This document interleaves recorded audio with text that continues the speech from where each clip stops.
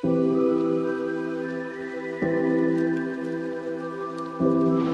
भाई আজকে আমরা গেতেছি দীপুর বিল। তো দীপুর বিল গেতে করলাম আমাকে গাড়ি পাম দিবার নিছি। তো ভাই আমাকে পাম দেওয়া হইলো, তো আমরা গেতেছি এখন, তো দেখতে থাকেন।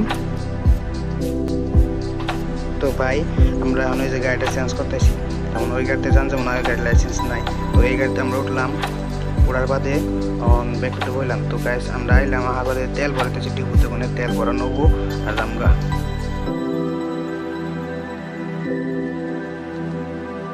তো তেল ভরান হইলো। এখন আমরা যাবো একটা পাগল অনেক হারিয়ে রয়েছে, তো ওরে নিয়ে পিক আপ করে যাবো। তো গাইস আমরা এখন পায়ে গেলাম গা দীপুর বিল। তো দীপুর বিল পায়ে গেলাম। তো ভাই আমরা তো এই যা হ্যালো ভাই, তো আমরা এই যা দলং দীপুর বিল রেল ব্রিজ হইয়া নদী দীপুর বিল, একটু বিল হয় বিলি আর বিল যেটা বিলি হবো। তো ভাই দেখো ওই জায়গা বানাইতেছে। ও হাই ব্রো, এইয়া দলং দীপুর বিল ব্রিজ, রেলওয়ে ব্রিজ বলে একটু